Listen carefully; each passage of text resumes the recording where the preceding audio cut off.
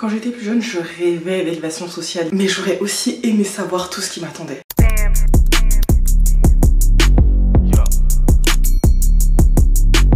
Hey, bienvenue dans cette nouvelle vidéo. Alors aujourd'hui, comme tu as pu le voir dans le titre, on va parler de la thématique des transfuges de classe. C'est vraiment l'un de mes topics favoris, c'est vraiment l'un des sujets sur lesquels je me suis le plus documentée, parce que quelque part ça me touche personnellement, parce que quelque part ça a fait partie aussi de ma quête de connaissance de soi. Je précise d'ores et déjà que je ne suis absolument pas sociologue, donc vous n'aurez pas un travail de sociologie derrière.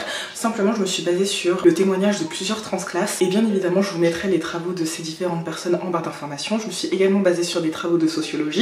Et enfin je me suis basée sur ma propre histoire, j'ai compilé tout ça pour faire cette vidéo qui porte sur la réalité finalement d'être transclasse. À l'heure où sortira la vidéo, j'aurai déjà ouvert la partie privée de la chaîne et justement sur cette partie privée vous pourrez retrouver mon analyse sur ce qu'est être une femme noire et une femme transfuge de classe, puisque bien évidemment les problématiques seront totalement différentes, ou plutôt vous allez avoir des problématiques supplémentaires et il y a des réalités desquelles il faut que vous soyez absolument consciente si vous voulez que ça se passe bien, mais bien évidemment je ne vais absolument pas me risquer à l'exposer sur la place publique. Donc si c'est le type de topic qui peut vous intéresser, n'hésitez pas à regarder du côté de la chaîne privée. Mais bon, revenons-en à cette vidéo. Le premier chapitre s'intitule Transclasse, choc de classe et nécessité d'adaptation. Déjà le premier élément, et je pense que c'est la base de mon argumentaire, c'est qu'est-ce qu'un transclasse ou qu'est-ce qu'un transfuge de classe. Un transfuge de classe, c'est une personne qui va subir une mobilité d'une classe sociale d'origine à une classe sociale d'arrivée, et cette mobilité peut être ascendante ou descendante, même si j'aime pas trop parler d'ascension ou de descente, puisque finalement ça suppose qu'il y aurait une hiérarchie des classes sociales, mais peu importe. Vraiment pour vulgariser, je dirais que c'est une personne qui passe de riche à pauvre et inversement une personne qui passe de pauvre à riche. Sauf que comme je l'ai déjà dit dans plusieurs de mes vidéos, la richesse ne se mesure pas uniquement au capital économique, mais on va parler ici de richesse liée à la valeur sociale de l'individu, qui se base elle-même sur le capital économique, culturel, symbolique et social.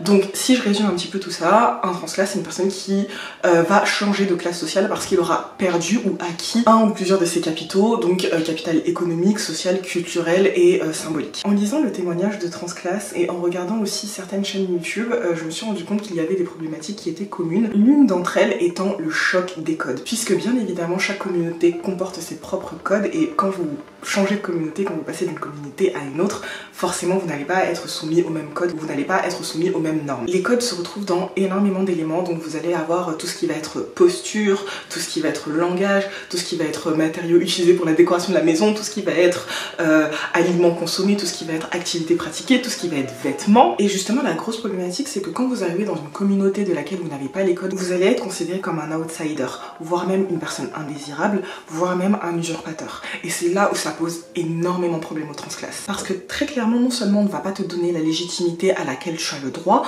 mais en plus tu peux perdre l'accès à certaines opportunités, alors que tu pourrais y avoir accès simplement, encore une fois, parce que tu n'as pas les codes de cette classe sociale. Et donc faut vous dire qu'en changeant de classe sociale, vous redevenez comme un bébé, vous redevenez comme un enfant, vous êtes nu, vous ne savez rien, et il va falloir que vous fassiez preuve d'énormément de flexibilité. Il va falloir que vous soyez en mesure de vous effacer, également d'effacer tout ce qu'on vous a appris, enfin pas forcément effacer, mais inhiber tout ce qu'on vous a appris pour pouvoir acquérir de nouvelles connaissances, pour pouvoir acquérir de nouveaux comportements, sans quoi, encore une fois, vous serez considéré comme l'outsider et vous perdrez accès à certaines opportunités. Et peut-être qu'ici, vous aurez l'impression que je parle d'une ascension sociale, mais pas nécessairement. Imaginez une personne qui a grandi dans la catégorie de personnes dites bourgeoises et qui se retrouve propulsée au sein des quartiers populaires. Cette personne, de la même manière, en fait, elle n'aura absolument pas les codes, elle sera complètement perdue et à un moment donné, elle va devoir être obligée d'inhiber certains de ses codes justement pour pouvoir participer au jeu social. Sans quoi, cette personne pourrait subir de la violence de classe qui va se manifester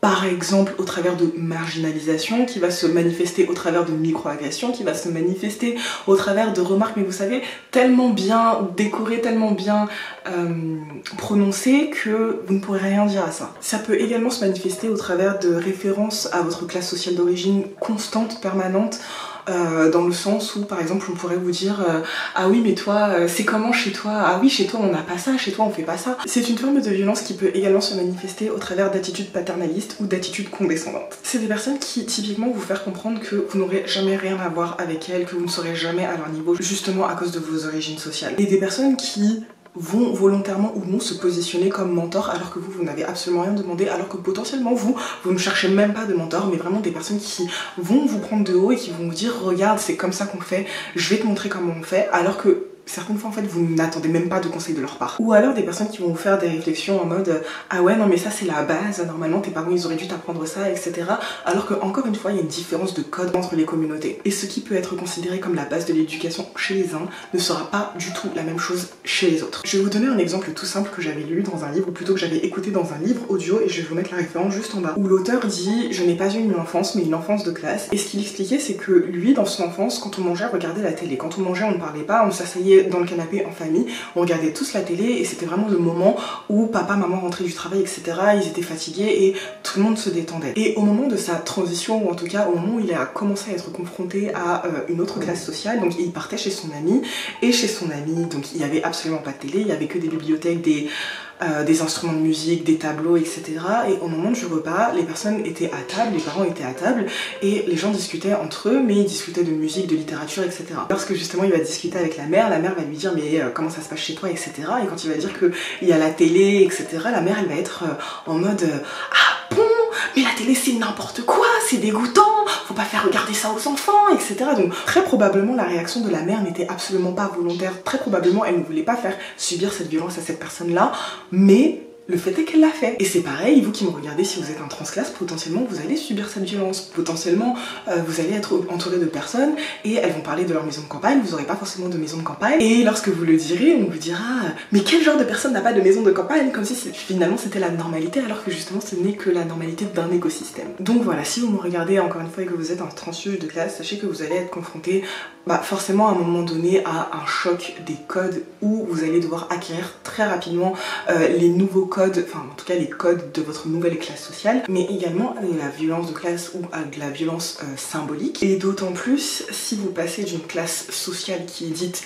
dominée à une classe sociale qui est dite dominante. Et je suis vraiment désolée d'utiliser ces termes-là, je reprends simplement les termes qui sont utilisés dans la littérature et qui sont utilisés par les sociologues pour décrire les mécanismes sociaux. Il n'y a absolument aucun jugement de valeur de ma part derrière ces termes-là, et comme je l'ai précisé, je ne suis pas sociologue, donc je ne sais pas exactement tout ce que ça sous-tend, mais en tout cas voilà, je vous expose les faits de la façon la plus simple possible. Chapitre 2, et pour moi c'est la partie la plus intéressante, ou en tout cas c'est celle qui m'a le plus qui a le plus nourri mes réflexions, c'est les dilemmes identitaires et émotionnels des transfuges de classe. Et le premier élément dont je voudrais discuter ici, c'est le sentiment de décalage monumental, que ce soit avec les personnes qui sont restées dans la classe sociale d'origine, mais également avec les personnes de la classe sociale d'arrivée. Et ce que vous ayez eu une transition lente ou une transition rapide, je vous explique. Je vais vous parler de mon cas de façon très brève. J'ai commencé à transitionner quelque part, on va dire, au lycée, et à ce moment-là, il y avait des personnes que je n'avais pas vues, des amis que je n'avais pas vues depuis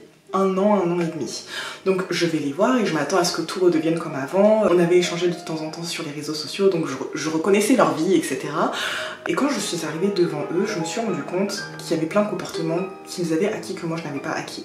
Qu'il y avait même un langage que moi j'avais acquis que n'avait pas acquis.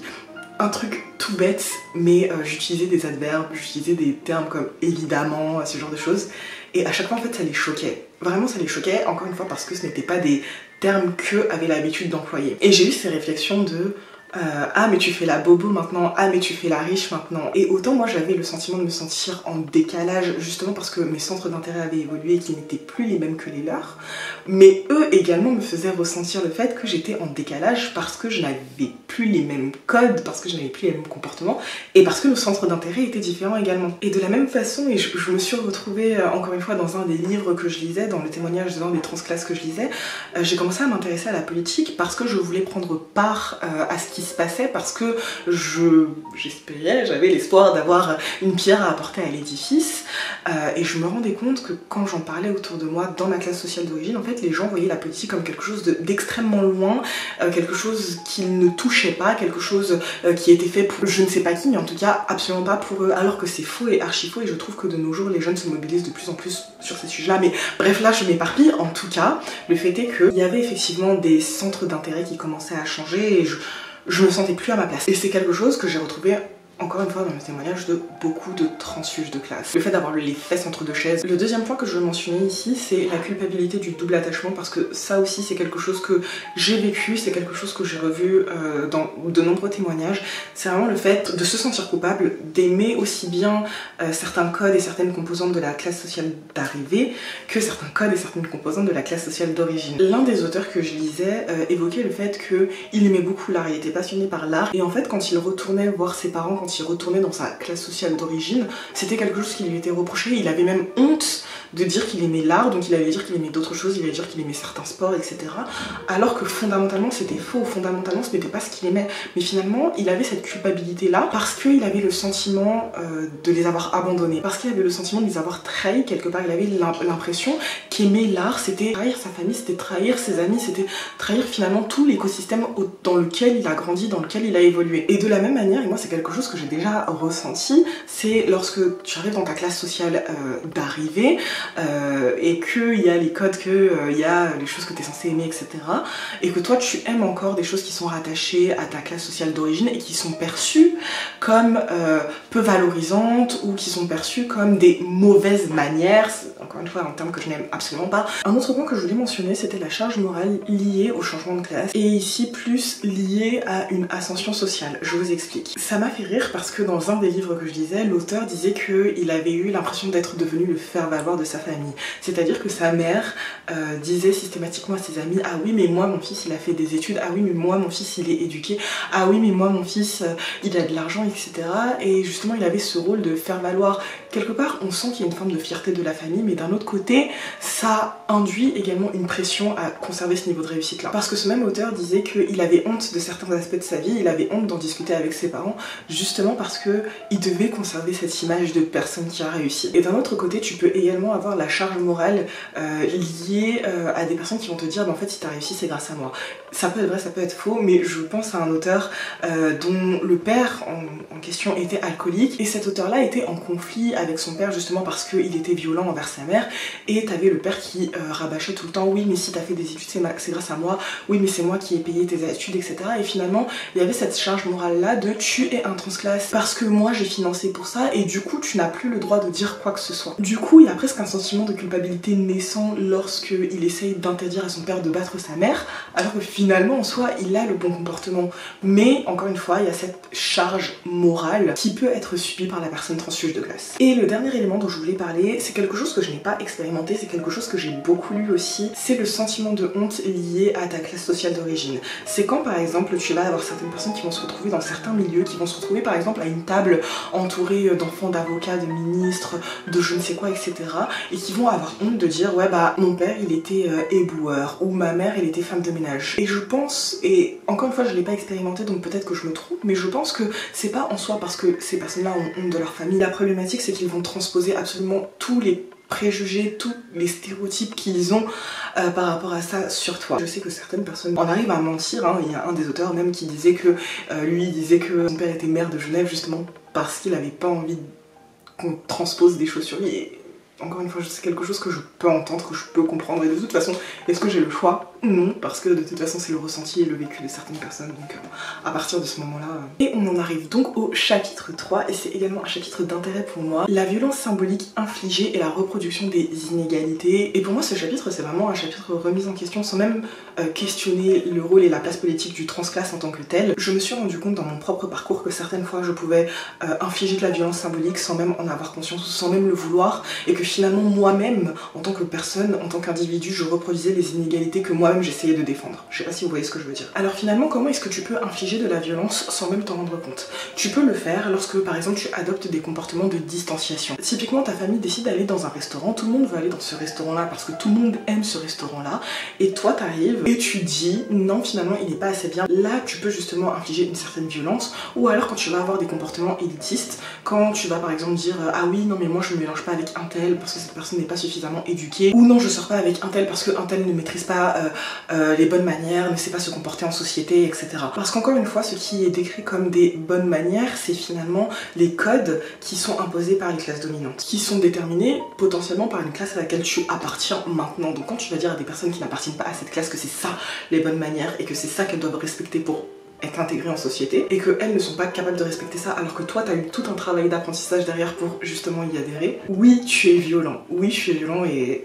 faut l'accepter, ok. Après il y a certaines personnes qui justement décident d'avoir cette posture là et c'est ok aussi, mais faut juste être clair avec ça. Un autre type de violence infligée, c'est le renforcement de stéréotypes en critiquant justement les comportements dits typiques d'une classe sociale. Typiquement tu vas être avec tes amis de ta classe sociale d'arrivée et tu vas dire ah ouais mais les gens de ma classe sociale d'origine ils sont comme ci comme ça etc, moi je me mélange pas avec eux.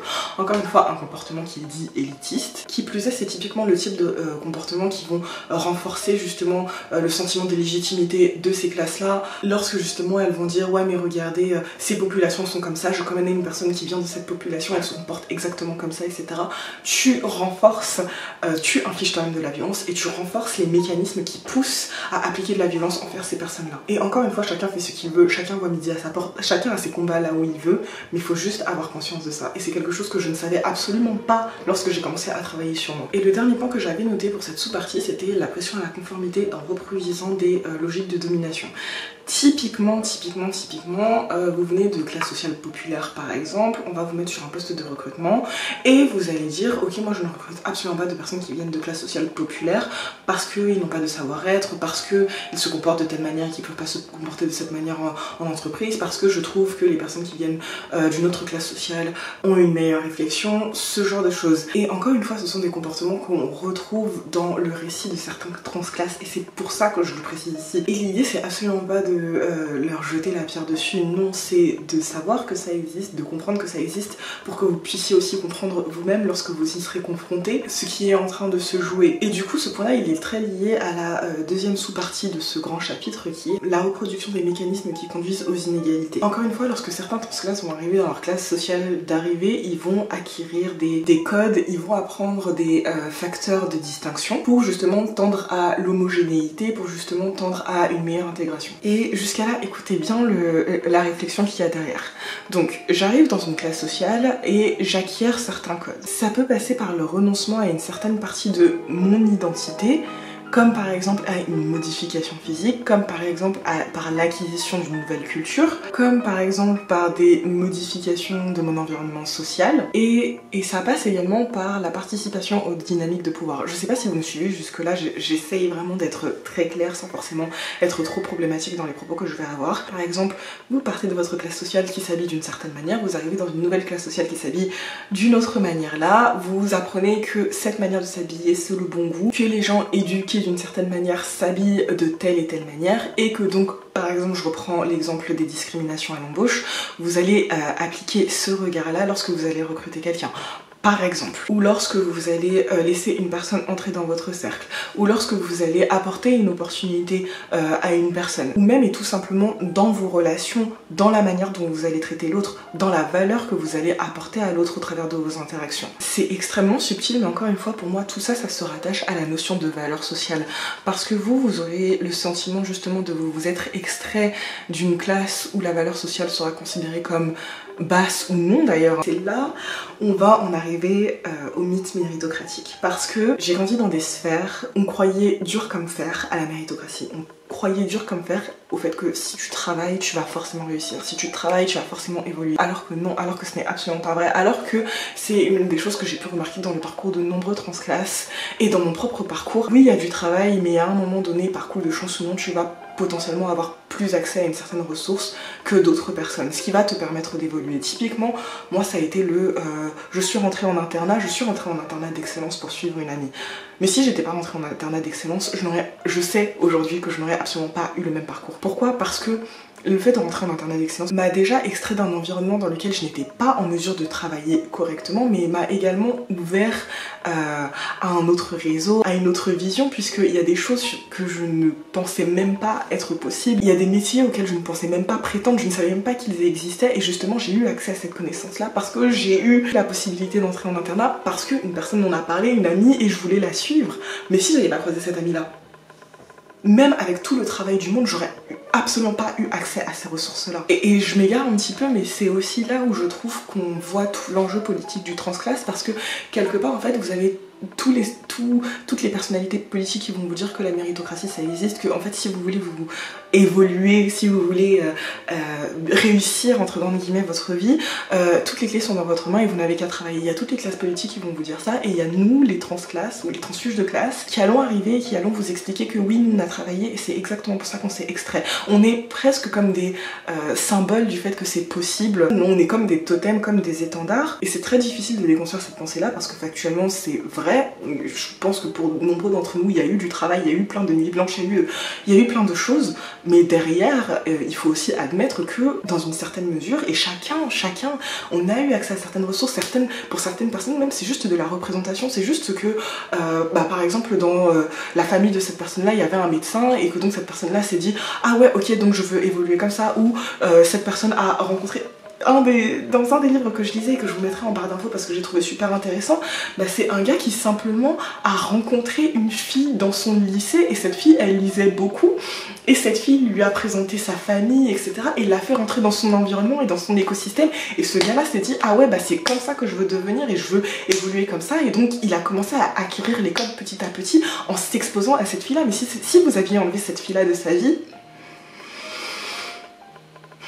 Et pour faire écho avec ma vidéo sur le syndrome de l'imposteur, je ne suis absolument pas en train de dire que je suis là uniquement par chance et je ne sais pas ce que je fais là. Non, ce n'est absolument pas ce que je suis en train de vous dire. Je suis en train de vous dire que vous pouvez travailler, vous pouvez même beaucoup travailler, mais ça, ce n'est pas le seul facteur qui fera que vous évoluerez ou non. Pas du tout, pas du tout. Je suis absolument énormément éloignée du sujet de base, donc je vais passer à la dernière sous-partie de cet argumentaire, de cette discussion, de tout ce que vous voulez. Et la dernière sous-partie s'intitule la persistance des inégalités et la potentielle peur de revenir à l'état d'origine. Et là encore une fois je parle d'un sujet de classe qui aurait eu une évolution, une ascension sociale. Le premier élément, c'est la persistance des inégalités parce que les inégalités, elles seront toujours présentes. Lorsque vous arrivez dans une nouvelle sphère sociale, je peux vous assurer que vous savez que vous ne venez pas de là. Il y a déjà ce sentiment profond d'être étranger à ce qui se passe, d'être étranger à la situation.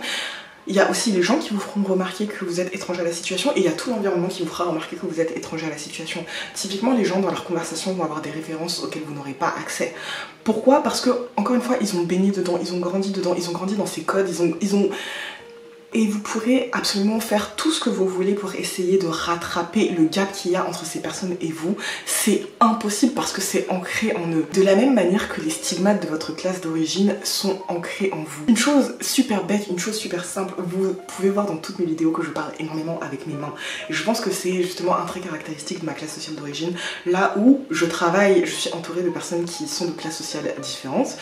Et je peux vous assurer que leurs mains ne bougent pas dans leurs interactions, ou lorsque leurs mains vont bouger, ça va être de façon très posée, de façon très minutieuse, pour étayer le discours. Mais moi, mes mains, elles sont toujours comme ça. Et c'est un exemple de code dont je vous parlais tout à l'heure, que j'apprécie énormément. J'aime le fait de parler avec mes mains, j'aime le fait de mettre du mouvement dans mes communications, etc. Mais encore une fois, ça reste un marqueur social et aujourd'hui je vous parle de ça, mais il y a par exemple d'autres stigmates, c'est un exemple parmi tant d'autres. Il y a un auteur qui disait quelque chose que je trouve très vrai, que je trouve très pertinent, c'est que la classe sociale d'origine est marquée dans la chair. Même dans votre posture, même si vous travaillez, il y aura toujours un résidu qui sera perceptible par les personnes qui vous entourent.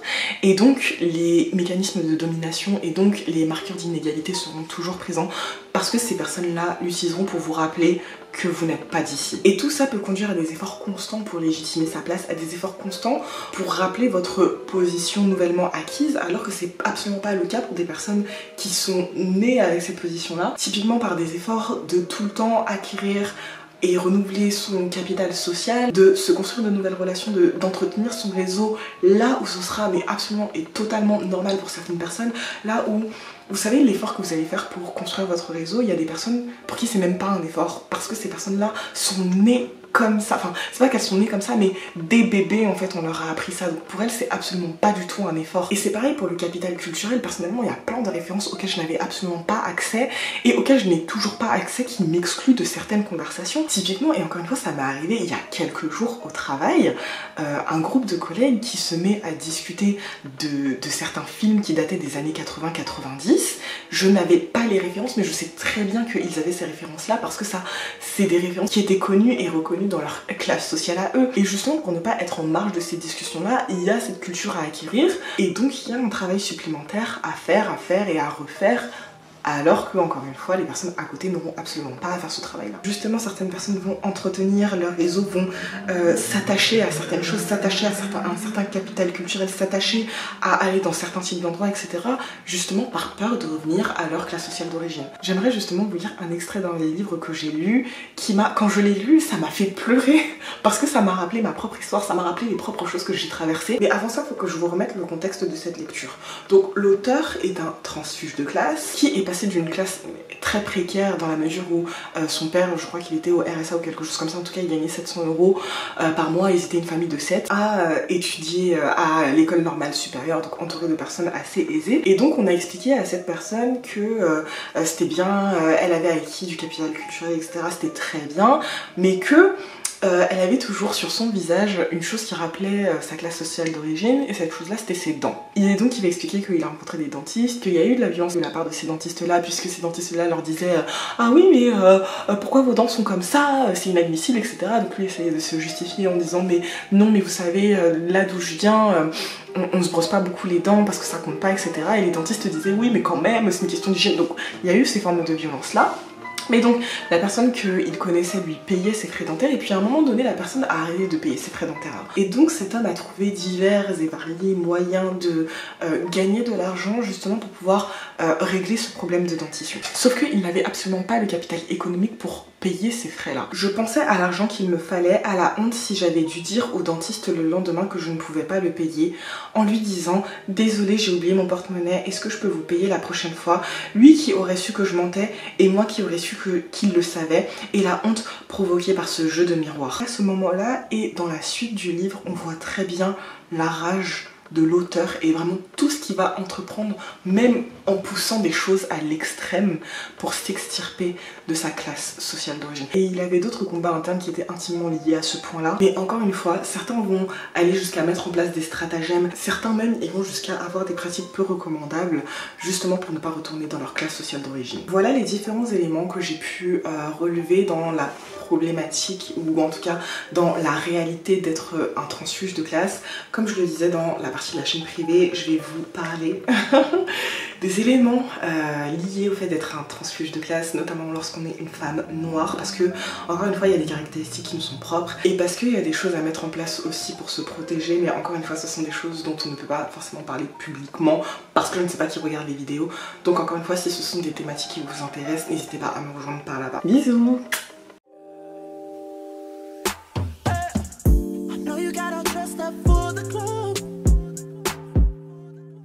Waiting on it, come